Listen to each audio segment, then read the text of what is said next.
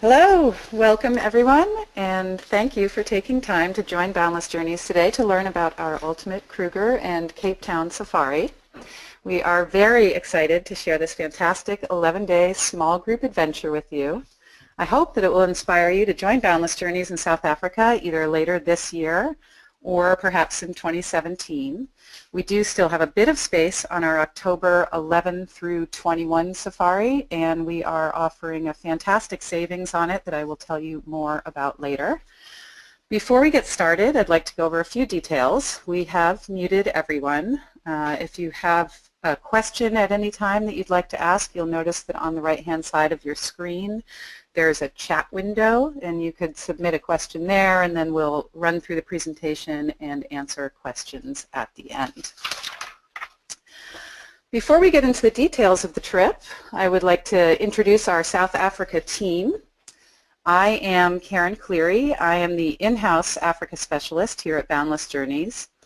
I have first traveled to Africa more than 10 years ago and have been going back as often as I can since. I helped create our African itineraries with our local teams, and I travel to our destinations to keep up to date on new opportunities and, of course, to help our travelers plan their safaris. In the middle of the slide is our South African naturalist guide, Russell Gerber. Russell will be joining us on all of our trips in 2016 and 2017. I traveled with Russell last year, and he truly is a wealth of knowledge about the wildlife as well as the history and cultures of South Africa, in addition to being a foodie and a musician. He's also trained as a marine biologist, so for those who are intrigued by the whales, sharks, and other marine life along South Africa's coast, he's a great resource. Russell spends as much time as he can in the bush, so he cannot be here with us today, but he is an excellent host and great fun to travel with. Last, but certainly not least, is Craig Glatar, one of my main contacts in South Africa. Craig's background really is on the guiding side of things, having grown up in a conservation-oriented family and spending lots of time in Africa's great wild places. Craig is here with us today, so without further ado, let's head to South Africa, and I'm going to let Craig take it from here. Craig? Thank you very much, Karen. Welcome everybody from beautiful Cape Town today. This is a fantastic itinerary that Boundless Journeys have put together here. And I'm going to start by giving you a quick orientation of the itinerary in its entirety before we go into a bit more detail on the different regions and experiences we will be seeing. We start off in Johannesburg on day one, and that's where everybody will be meeting, and a place where Boundless Journeys can certainly arrange any pre-tour rooms that one might require. And from there in Johannesburg, that's where it gets interesting as we depart out to the east, as you can see on that aircraft flying eastwards towards the Greater Kruger National Park, where we spend the first 2 nights at a private lodge, and thereafter 3 nights at another private lodge in the famous Sabi Sand concession, whereupon we'll board a regional aircraft which will take us on a short, it's only about a 2-hour flight all the way down to the southwestern corner of South Africa and to Cape Town, where I'm presenting from today. And in Cape Town, you guys will get to experience a wonderful 3 days exploring the entire Cape region, whereupon we transfer out on day 9 from Cape Town along the stretch of coastline known as the Well Coast, and for the next 2 days exploring another private reserve that plays host to some really incredible marine life in that area. And at the end of that journey, that's 11 days that highlights and combines some of the most incredible biodiversity of the bush together with what is considered some of the world's most varied marine biodiversity. But as we move on to the itinerary, just a quick summary on that Kruger area, because this is an important part of the itinerary where 2 varied experiences will be had. One at what is known as the Timbavati Game Reserve, and the second at the Sabi Sand Game Reserve that you can see illustrated on the slide here.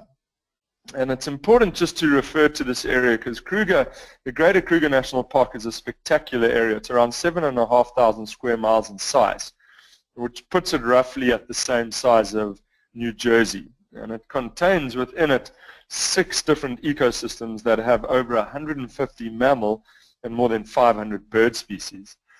It's certainly the largest national park in South Africa and plays host to over 55% of South Africa's total terrestrial biodiversity. And I love the fact that Karen and the team at Boundless Journeys have combined 2 very different areas. The first, the Timbavati Game Reserve, is in the central grasslands area, which is well known for its nutritious, rich grasses, and it also plays home to some of the highest lion populations in the Kruger region. The Timbavati Private Nature Reserve was founded in 1970, founded on the fame of what were white lions in that area, and since then it has become a private exclusive concession, a private reserve only for guests of the lodge. The second private reserve is known as the Sabi Sand, and this is a very famous area that is flanked by 2 perennial rivers, the Sabi and the Sand rivers. And it's well known for its reputation for the diverse fauna and flora of the area, and certainly enjoys some of the highest and most biodiverse populations of any reserves in Africa. So 2 extremely varied experiences in that Kruger region. To just go back post that orientation to the start of your journey, right off the bat, this is an absolutely exclusive and comfortable adventure. You will meet with your guide, Russell Gerber, who I know very well. I've guided with him in the past. You will meet together at the Federal Air Private Lounge. Federal Air are the company that will be flying all of you in a light aircraft from Johannesburg to the Kruger region. They've been operating for over 2 decades. They've got a 100% safety record. And as you can see, their private lounge is very luxurious. Everything that one could wish for: Wi-Fi, drinks, canapes, a washroom and shower facilities, and all the amenities that one would expect, including a lovely curio shop. From there, you'll board your light aircraft, where one would need to have soft luggage, maximum weight allowance at around 44 pounds, aka 20 kilograms. And then you board into your aircraft and fly over some spectacular scenery eastward to the Kruger National Park. And the first 2 nights are going to be spent at a fantastic camp called Thandatula. Now, as you can see, this is a permanent tented camp, but when we refer to tented camp, it's certainly deluxe and luxurious in its design. It's everything you need and nothing you don't. And these experiences at tents like this define the epitome of simple luxury. They're comfort and style that mirrors the early tented days of Africa, but yet in the ultimate permanent tented luxury. And just to reiterate, this camp is owner-run and managed by the Scott family. Again, it's a small, intimate camp. It's only 12 of these permanent tents overlooking the Hlaralumi riverbed, which is a spectacular piece of land within the Kruger National Park. So that's where we'll be spending the first 2 nights. And one of the most spectacular parts of this tented camp is the waterhole out front. Now, in a time of the year such as October, I heard Karen mention in the beginning, October, there's space on their trip traveling then. That's right at the end of the dry season. At the end of the dry season, that means one thing: water is what counts. So this waterhole, which is permanently pumped, attracts a huge amount of wildlife that come to this actual scene. So sometimes you won't even need to be going out on game drive or leaving the areas of the camp too far, as animals are drawn to this area by that water source. The camp, when I talk about animals being drawn to that area, the camp, however, is fenced. It's fenced by a light electrical fence line. You can actually see it in the background there at the edge of that pool, those 3 fence lines. So that allows any of the smaller games, such as these warthogs, to pass under the fence line, but keeps the bigger stuff, like the elephants, away from the camp. And just so you know, it is absolutely quite safe to walk in and around camp during the day, but your guide, Russell, as well as your in-camp team, will escort you back to your room in the evenings. So that's completely safe to be doing that in this area. After the first 2 nights, it's a short transfer. It's about 3 hours in driving time through part of the Kruger Reserve and down to the Sabi Sand concession and on to Little Bush Camp.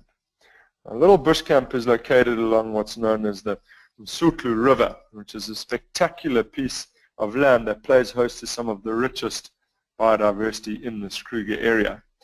It's one of the only tented camps in the Sabi Sand, and it's their newest camp. Incredibly charming, very small and intimate, only 6 luxury suites, but it's still got a great variety of amenities, as you can see here.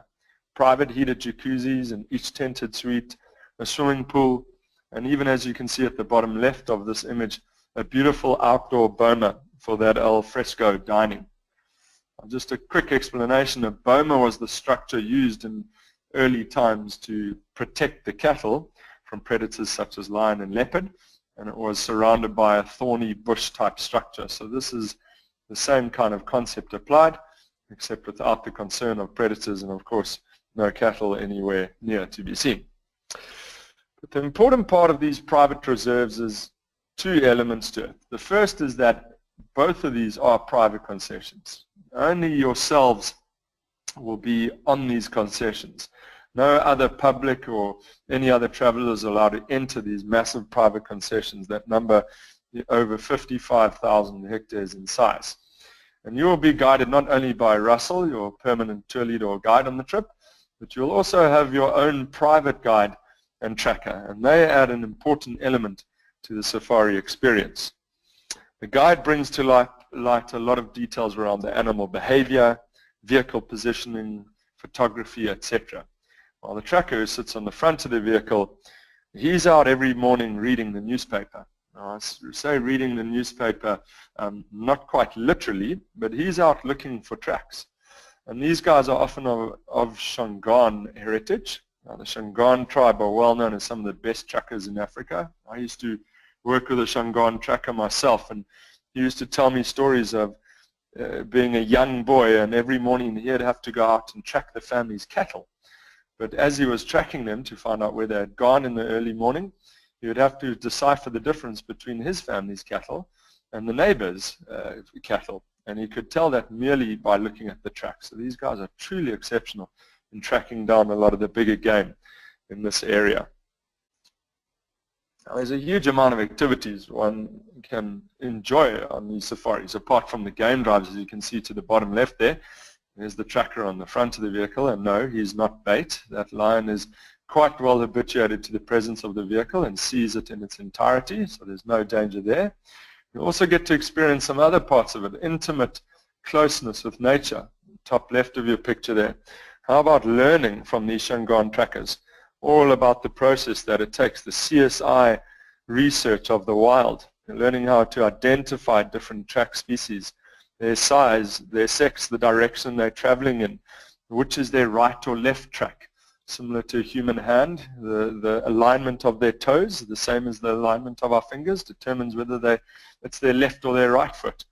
So you get to go out of the vehicle too with your guide and tracker who are armed, carrying rifles, and you get to get a lot closer to nature and a more intimate experience, as Karen can actually testify to. And that's an image of her and her guests at the top right of the slide. Just to reiterate before she tells us that exciting story, a lot of the images in this presentation are actually taken from the Boundless Journeys trips to these regions.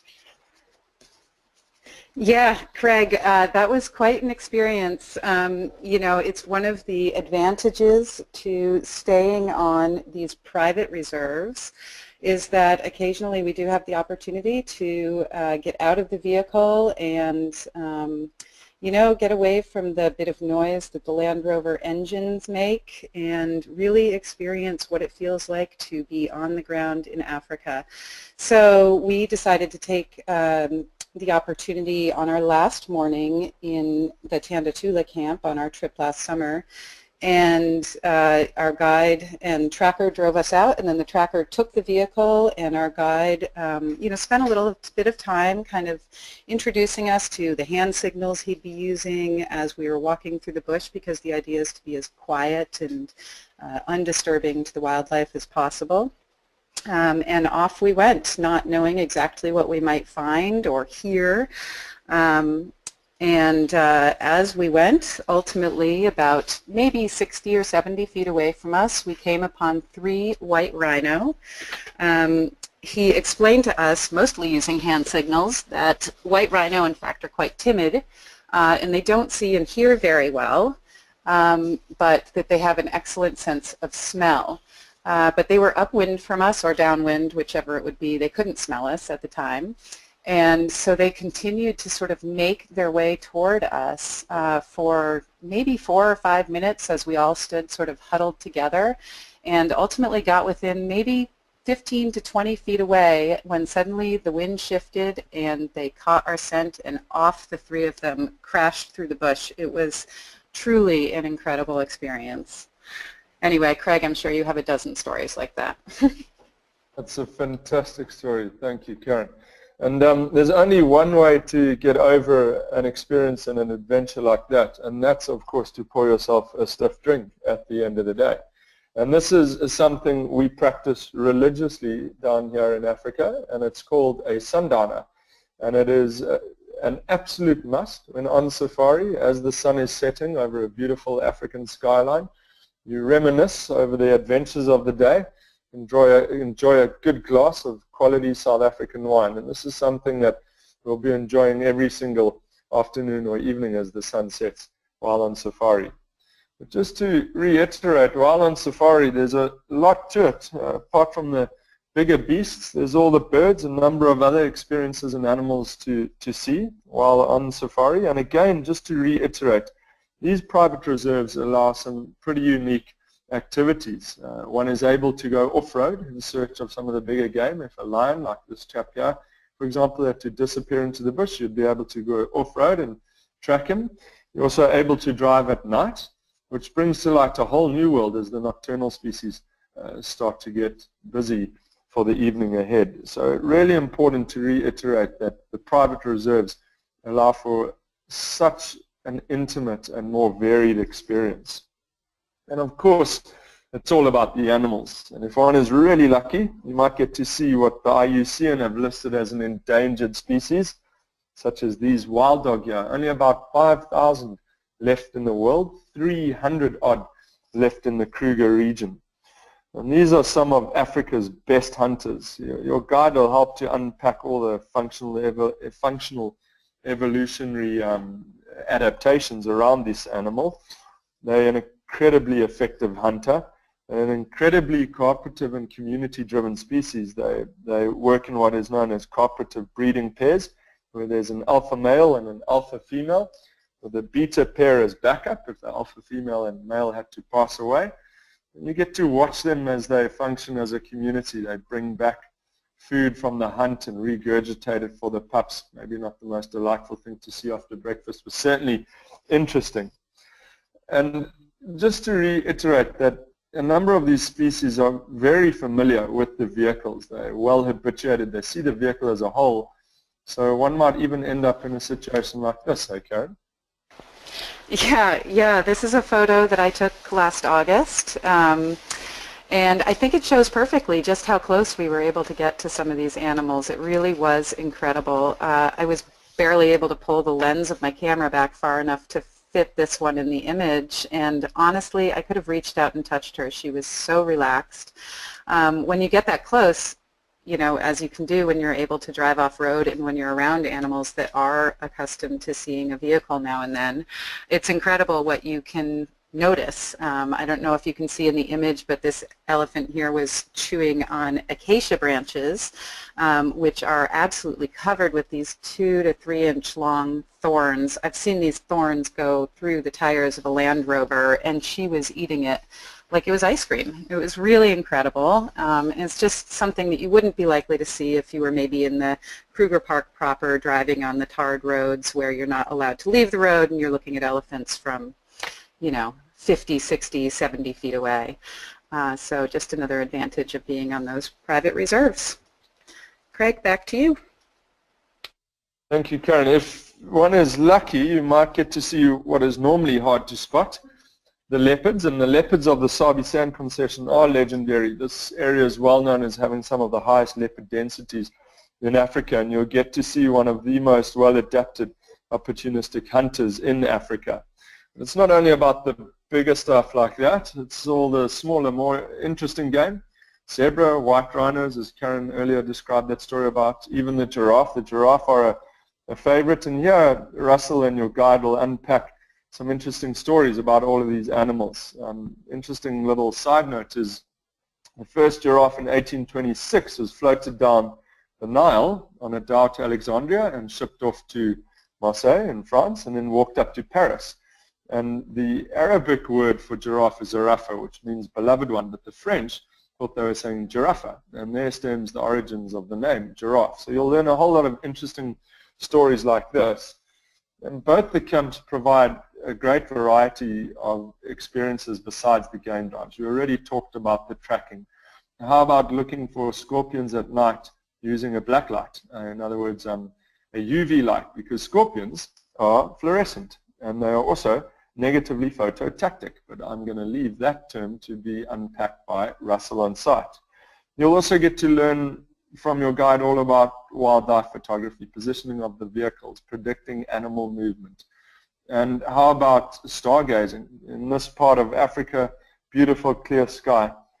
Your guide will help unpack the stories behind the Milky Way or the Southern Cross, which is too far south for viewing north of the latitude 25 degrees. So here you'd be able to see the Southern Cross, and you'll even hear stories about the false cross, which is the cause for many a shipwreck along the coast of the Cape, as sailors got it wrong between the false cross and the Southern Cross and ran aground. And that's where on day 6 we depart from Skukuza, an airstrip inside Kruger National Park, and fly just over 2 hours all the way down to the Ferris Cape and Cape Town. We arrive right in the center of Cape Town. Now this is where the Dutch in 1652 landed, at the foot of Table Mountain, as you can see here, and that's where they found fresh water, and so this became the halfway station for their trade routes sailing from Europe to the Far East.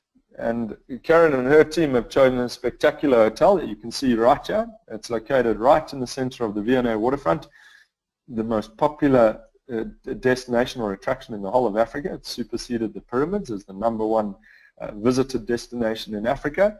And this beautiful hotel is located just at the foot, or rather just at the foot of the city beneath Table Mountain in the V&A waterfront. And it's a fantastic hotel. Even though it looks large in size, it has a real boutique feel to it. It's a great location. And you guys will be staying in Table Mountain luxury rooms overlooking the yacht marina. Beautiful pool area, and as you can see below there, perfectly located right in the V&A waterfront with all the shopping and varied restaurants at your fingertips. But it's the following day that it gets exciting with our 3-night stay in Cape Town as we head into the city center. So that is just there, as you can see, just off the edge of the V&A waterfront and at the foot of Table Mountain. And this is where we unpack the city and you learn all about the cultural diversity and what has made the Rainbow Nation such an interesting place to visit. And this is all at the foot of a 280 million year old mountain that has greater plant diversity growing upon it than the entire UK or New Zealand.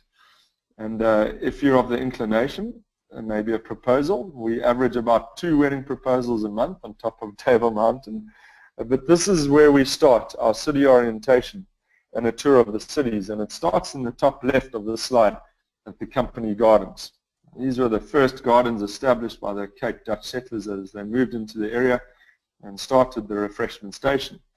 And they of course brought with them to the Cape slaves from the Far East, meaning Indonesia, Malaysia, those areas, and that's where we visit the bottom left of the slide, Slave Lodge. So the story starts with the Dutch settlers and we move through the slave era and the great eclectic mix of cultural diversity that made Cape Town already famous in that late 17th leading into the 18th century, which then brings us full circle as we walk through the city onto the District 6 Museum.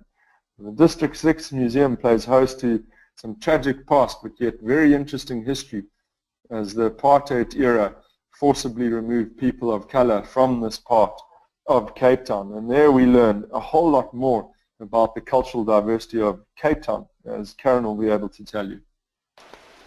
Yeah, the morning that we spent exploring Cape Town really does set the scene for the rest of our adventure, because we'll be spending more time in that area in the coming days.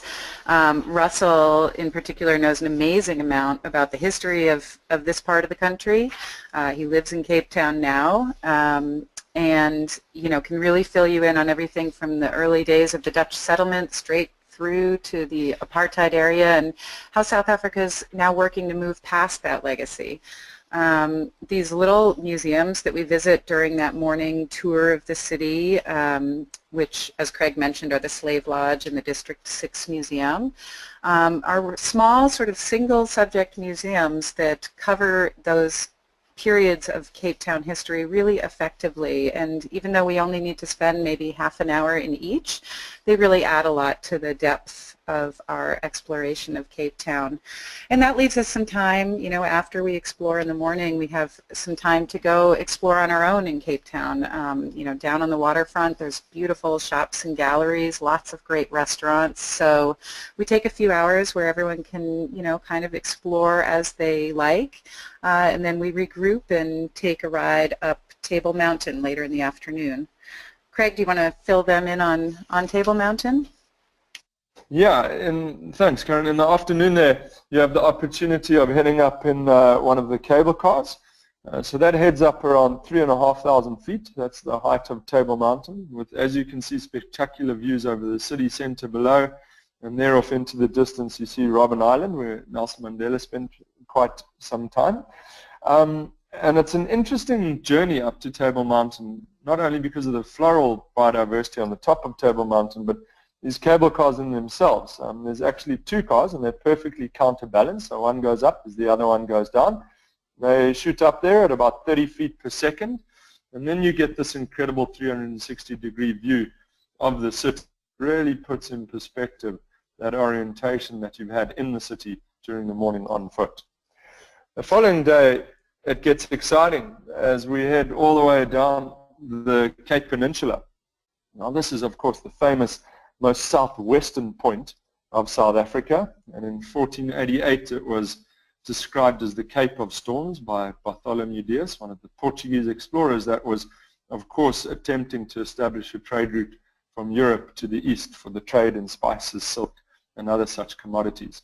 And here Russell takes us down the Cape Peninsula all the way to Cape Point, where we learn a whole lot about this area and stop at various points for interesting activities. It's interesting to know interesting to see how the Cape of Storms, after a short while, changed its name to the Cape of Good Hope, as we know it today. And that was, of course, in promise of that trade route to the Far East. But as we travel down this area, we pass through what is nowadays a UNESCO heritage site, and that is quite simply the floral biodiversity of the Cape Peninsula. It's known as fynbos, and as you can see, Russell's deep in his fynbos explanations over here, and deep in it is the right terminology, because with over 9,600 species, this is the most important of the 6 plant kingdoms on the planet. 70% of these plants occur nowhere else on Earth, and it might look like a relatively benign environment, as you see in these images here, in terms of the floral biodiversity. But once Russell starts to unpack it, you can't help but to be enthralled by all of this biodiversity that you're seeing here. We enjoy a wonderful hike at the edge of Cape Point, where we get to spend time at the most southwestern tip of Africa. And thereon, as we travel along the Cape Peninsula, we make various stops. One of them would be at Boulders Beach. This is a great area to see the only one of the 17 penguin species that is actually breeding on the African continent. They used to be called jackass penguins, ironically, and that's because of the horrendous braying sound they make, which you'll get to hear as you visit them at this beach. And they sadly were a major food source for the Dutch settlers, so we only have about 1,200 breeding pairs remaining today, but there's a great conservation program around these little penguins. And we'll visit that just as we head into lunch, where there's no concern about penguin being on the menu, but rather some of the most interesting seafood where the confluence of these oceans is meeting in the Cape region. One of the stops on that Cape Peninsula as we move along is also the wonderful seaside town of Cork Bay. Cork Bay was frequented before the Dutch settlers arrived by people known as the strandlopers, which means beach walkers in Afrikaans. They were the local Khoi people And thereafter it developed into a village center that was key for its stockpiling of seashells that were crushed into lime.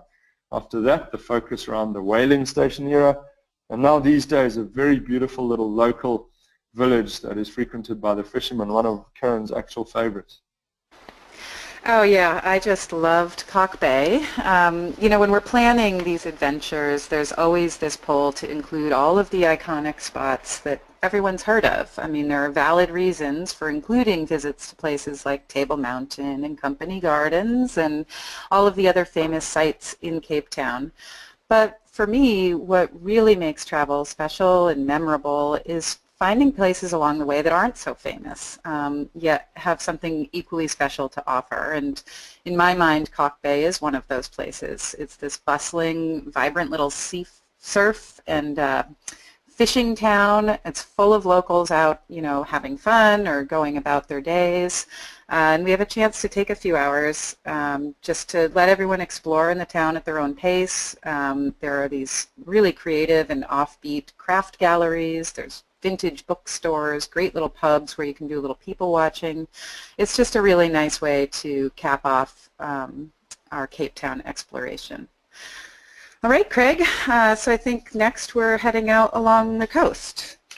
That's right. Then it is day 9, and we depart Cape Town for about a 2-hour drive along one of the most spectacular ocean roads in the world, and that is along what is known as the Whale Coast, and we're heading towards another fantastic private reserve known as Grootbos Nature Reserve, which means Great Bush Nature Reserve, and here we will be spending the last few nights of our trip. On the way we passed through some quite incredible scenery. This is a valley known as the Hemel en Aarde Valley, which in Afrikaans means the heaven and earth, and for good reason. It's one of the most up-and-coming and interesting wine areas. Only about 15 estates in this valley, but the terroir of the region with that clay soil and cooling ocean breezes produces some of the world's best Pinot Noirs and Chardonnay. So here we get to delve into an area that's not well visited. It's certainly not a tourist trap, as one might term it, but it's off the beaten track, but digging into some of the best wineries. And here we'll visit one of the local wineries, walk through the valley, and obviously enjoy a fantastic wine tasting. And thereafter it's on to Walker Bay along the Whale Coast to the Grootbos Nature Reserve. Now this is a beautiful area, as you can see, completely untouched. There's a lot of history to this area. Actually, Middle Stone Age people were first into this area. That's, we're talking about 65 to 85,000 years ago, and they were living in the caves along these beaches. But this is really where the intensity of floral and marine biodiversity meets on this 2,500 hectare reserve called Grootbos. And here we will be staying at Forest Lodge, wonderfully located lodge. And myself, who's a conservationist at heart, this reserve and this lodge particularly resonate with me because they really do practice what they preach. Only about 0.2% of the reserve's total landmass is the building structure. And they have a huge array of conservation programs. They've got one called Growing the Future. They use a lot of alien plants for firewood. They have their own chicken coop and pig pen and beehive, so it's all organic, farm-to-table type dining. When they started this reserve, they discovered 6 new plant species. One of the most iconic botanists who I have a lot of respect for, by the name of Sean Privet, works permanently on this reserve as their key botanist. And you'll get to experience and see over 765 different plant species and spend time in some of these milkwood forests, as you see on the top right there.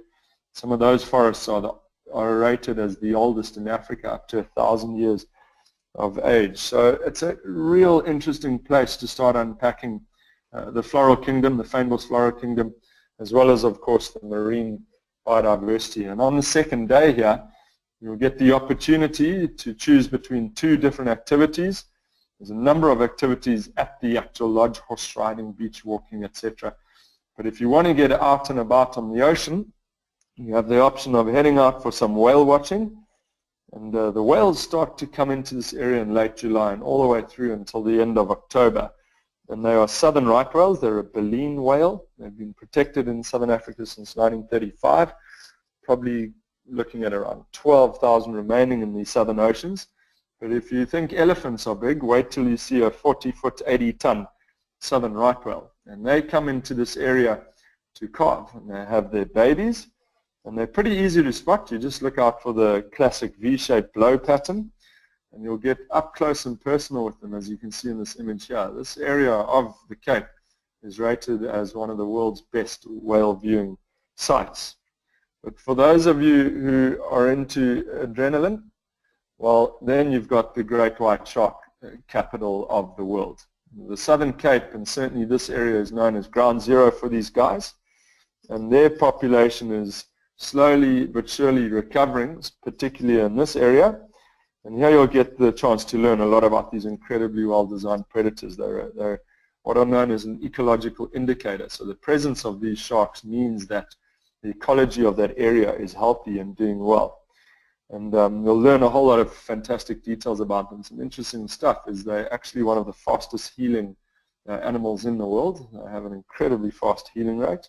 They're partially warm-blooded, so they're able to traverse those cold Atlantic oceans and into the Indian Oceans. And they do a lot of research on these great whites in this area. They tag them.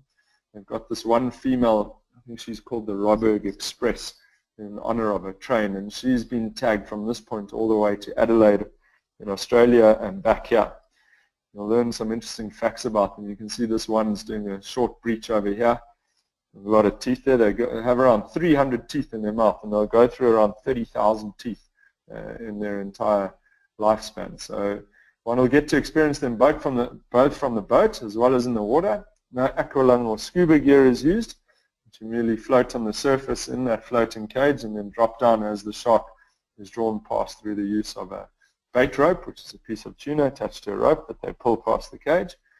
So imagine the combination of all of that incredible bushveld biodiversity going into one of the most intense plant floral kingdoms in the world, and then ending with this kind of marine biodiversity. It really is a combination of some interesting fauna and flora. But it's not only about those experiences. Certainly Cape Town in South Africa has gathered a reputation as one of the culinary delights of the world, and it is a paradise for foodies. And the variation in the food you'll get to experience on this trip is one of the absolute highlights.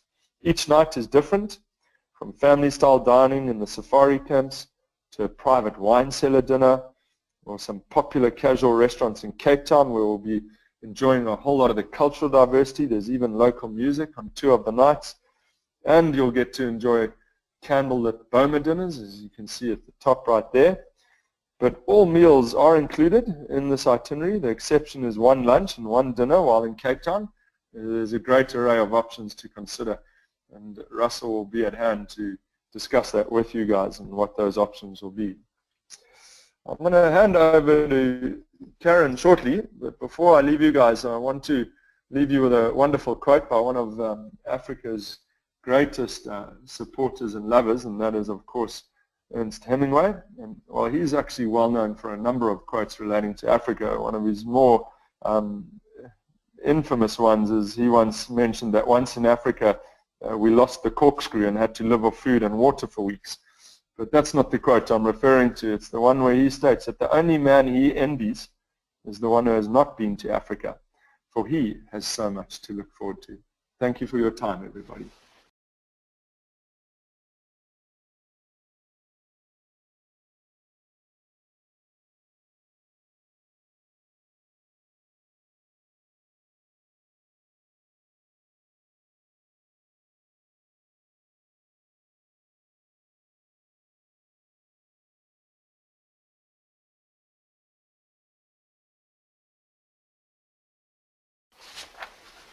Thank you so much, Craig. That was a great treat to revisit my adventures in South Africa last summer, and hopefully the adventures that some of these folks will be experiencing perhaps this year or next.